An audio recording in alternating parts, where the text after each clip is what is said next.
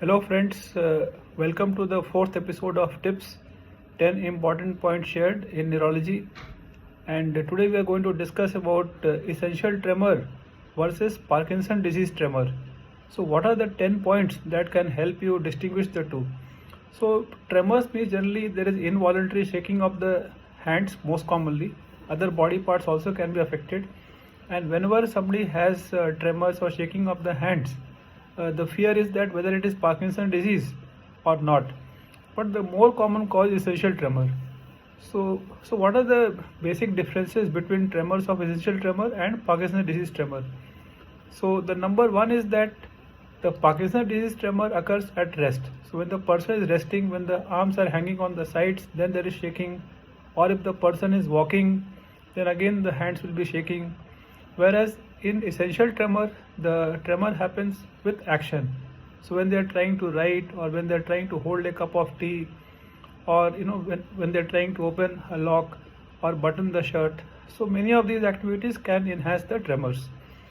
The second point is that the sides affected. So if you look at the hands are affected in both, feet also can be affected, but essential tremor can involve the speech, that is voice tremor, and also the head, whereas these two are not affected in Parkinson's disease. But in addition to hands and legs, in PD, there can be tremors of the chin or the jaw also. Point number 3, essential tremor, usually both hands are affected, means it is symmetrical, but uncommonly we can see involvement of one hand also, whereas in Parkinson's disease it is just the opposite. It almost always starts with tremors on one hand, and over a period of time the tremors can progress to involve the other side also.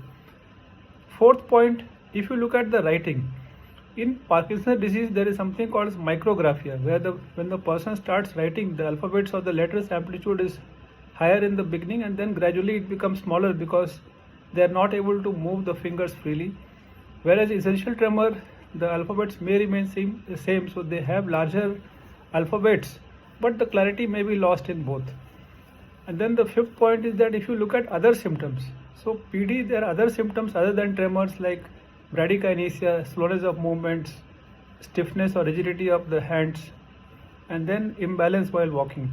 Whereas these symptoms are lacking in essential tremor, they have only tremors, other symptoms are not present. And then if you look at response to medications, of course this will be done by the treating doctors.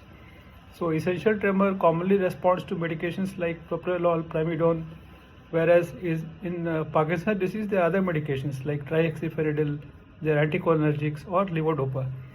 So, but that will be known only after you consult a doctor. And then if you look at the family history, so family history is more commonly present in essential tremor, and almost more than half may give a history, whereas in PD, family history is less common. In about 10 to 20% of PD patients, there could be a family history also. One more effect is those who consume alcohol, they know that if it is essential tremor, the alcohol intake or consumption will reduce the severity of tremors in ET, whereas in Parkinson's disease there is no such benefit. The stress can increase the tremors in both essential tremor and Parkinson's disease. And then if you look at the last point, if you look at the disability, so disability can be seen in both, but it is more commonly seen in PD because they have other symptoms also, and the rate of deterioration is more rapid in Parkinson's disease.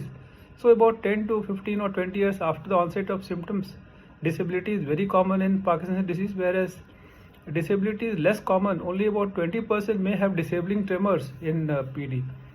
So, but of course, when you have a tremor, it is always good to consult a neurologist, get the proper diagnosis done, and there are effective treatments available for both. So one did not suffer. With proper treatment, we can expect good improvement in the daily functionings, and we can reduce the disability or even to a great extent.